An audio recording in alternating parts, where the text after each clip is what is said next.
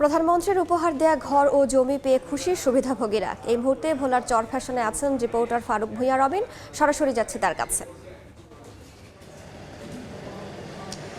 দেশের একজন মানুষও ভূমিহীন থাকবে না, গৃহহীন থাকবে না, সে লক্ষ্য কিংবা স্বপ্ন পূরণের পথে আরও এক ধাপ এগিয়ে গেল বাংলাদেশ।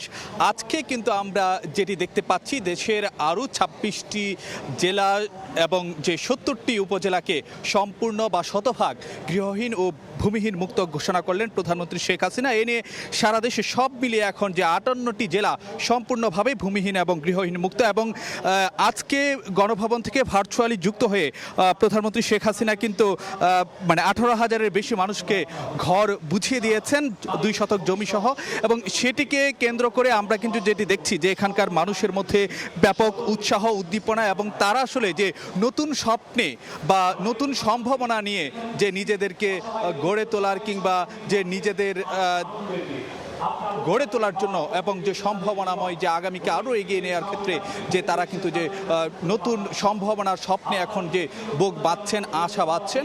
তো আমরা সাধারণ মানুষের সঙ্গে কথা বলছিলাম যে যারা এই গৃহহীন এতদিন ছিলেন বা ভূমিহীন ছিলেন, যে তারা যে এখন নতুন ঘর পেলেন, তারা যে কথাটি বলছেন যে তারা নানাভাবে আসলে যে একটু মাথা গোঁজার ঠাঁই থেকে তারা বঞ্চিত ছিলেন, যে কেউ বা জন্মসূত্রেই তারা দারিদ্র ছিলেন এবং সে কারণে তারা ভূমিহীন এবং গৃহহীন ছিলেন। এবং কোনো কোনো মানুষকে আসলে যেটি তারা আসলে যেটি বলছেন যে আমি এই মুহূর্তে যেহেতু ভোলায় আছি, আপনারা জানেন যে ভোলা একটি যে নদী বেষ্টিত একটি জেলা এবং সেখানে কিন্তু যে এখানকার মানুষ যে নানাভাবেই নদী ভাঙনের শিকার হচ্ছেন বা প্রতিনিয়ত নানাভাবে যে জলবায়ু পরিবর্তনের অভিঘাতে তারা কিন্তু তাদের ভিটে মাটি কিংবা যে ঘর হারিয়েছেন। তো সেই জায়গাতে তারা বলছে যে তাদের এই যে আজকে যে তারা প্রধানমন্ত্রী শেখ হাসিনার কাছ থেকে ২ শতক জমি সহ ঘর বুঝে হয়েছেন, সেটি আসলে যে তাদের জীবনে যে নতুন আশার সঞ্চারিণী হিসাবে আসলে যে হচ্ছে। আমরা আসলে দেখছিলাম যে প্রধানমন্ত্রী শেখ হাসিনার সঙ্গে কিন্তু যে এখন একজন উপকারভোগী, যে এখানকার যে চর কচ্ছপিয়ার একজন উপকারভোগী, তিনি কিন্তু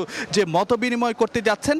আমরা যদি একটু তার কথাটা একটু শুনতে চাই, কারণ তিনি তার অনুভূতি প্রকাশ করছেন যে প্রধানমন্ত্রী শেখ হাসিনার সঙ্গে। আমরা একটু চেষ্টা করব তার বক্তব্যটি শোনানোর জন্য। আসসালামু আলাইকুম মাননীয় প্রধানমন্ত্রী।